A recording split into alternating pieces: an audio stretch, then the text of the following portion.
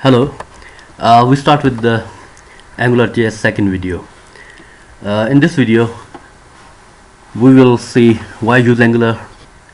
We discussed this in the previous session as well, but we'll just continue on this one for 1 minute or two. Then, what is the module? What is the controller? And we'll design module and controller, and then we will register our controller with the module. If we see like how we access our web page when the client requests to the server, what the servers do, it return HTML, JavaScript and the related data back to the client. And what happens when the client requests for a second page, then what the server will do, it will send back to the client the HTML, JavaScript and related data again. But in Angular, what happens when client requests server, it sends the HTML, JavaScript and related data to the client. But when the client click on second page or request the second page, what the server will do, it just return the related JSON to the client, because the HTML and JavaScript that's already there. So this, by doing this, it's your website is really fast and responsive, and it does not require too much data downloading as well. Now what we see, what is a module? A module is a container for the different parts of application. For example, your controller, services, directors, filters, factories, etc. We can say the module is an entry point of your application. For creating module, we use the following code. We'll define a variable. It can be anything. We name it app, and what we do, we'll write the name Angular.module, that we are writing a Angular module, and here you will write whatever name you want to provide for your application. And after that, you can see there are two empty brackets. These are for dependency injection. For example, if we design a module, it means that this module which we are designing, my application, whether it is dependent on any other module. In this case, it's not dependent on anything, but it shows that if we design a module, we can use that module in various applications by adding it here. After module, we'll create a controller. Controller is a JavaScript function which contains applications business logic. For example, what we want, we define our app's behavior by defining function and values in our controller. The constructor of a controller is what we do, the app variable which we created in our in our previous slide, like variable app. What we do, we attach this controller, app.controller. We're defining a controller, and we're attaching this controller to the app as well. And what we do, we provide here the controller name. The name could be anything, but it's the best practice you write a word controller with it, that it's easier for another user and for you as well when you read it in the web page. And here what we define here, a function with variable scope. By scope, we will be able to access all the functions and the values defined in this controller and pass those to our page.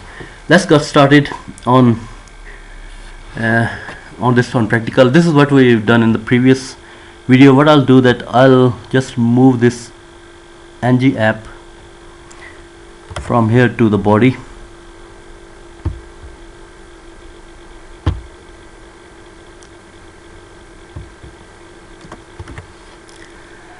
and what I'll do, I'll just delete everything else what we have done in the previous video.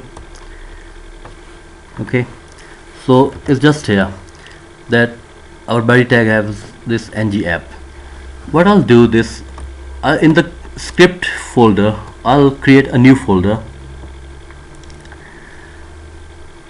So my code is separated, but I can easily find what I'm doing. For example, I'll name it contact. In here, what I'll do, I'll add a JavaScript file,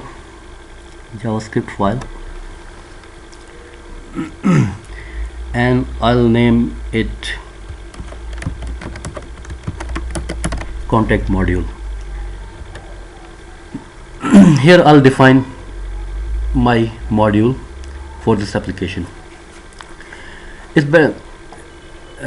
What I'll do here is that first of all, I'll drag my Angular source file to the top of the application. For example, I'll just drag and drop it here, and what I'll do, I'll just type variable app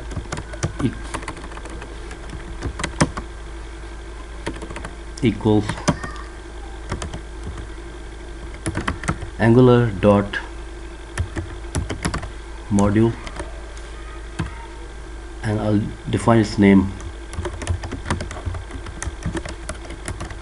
contact module, and for dependency I'll define nothing. That's the process of defining your module. That's all. We need nothing else to define our module. In here, this is our variable name that we are creating an Angular module, and we name that this module, and the empty brackets show that it's not dependent on any other module. After that, we will define our controller. For the controller, what I'll do, I'll use this same variable app dot controller, and I'll name this controller contact controller, and what I'll define a function scope, and I'll end it here. What I'll do here, and I define, for example, scope value. I'll define a simple string value welcome to the world of Angular, and I save this.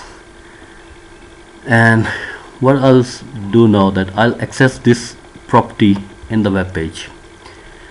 I'll go here to my page, and what I'll do here, ng app, and if you see that in the previous session we did not define any name, but now in our module we have defined a name of our application, that's the contact module.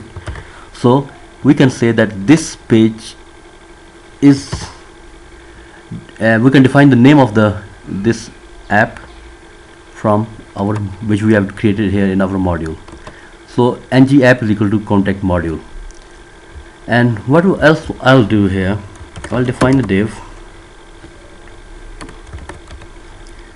and in this div I'll say ng controller, and I can add the name of this controller, contact controller, to here. So by doing this, I can access everything defined in this controller. What I'll do, I'll do an h1 tag, and I'll define welcome. Okay, what I'll do, I just refresh my page. For some reason, it's not showing the our value. The reason is that after adding here we just added our JavaScript AngularJS file, but we did not ever added the file we just created in our reference. What I'll do, I'll just drag and drop my file here, I'll save it here and refresh it again, and here we can see welcome to Angular. That's all. We'll discuss more detail in that.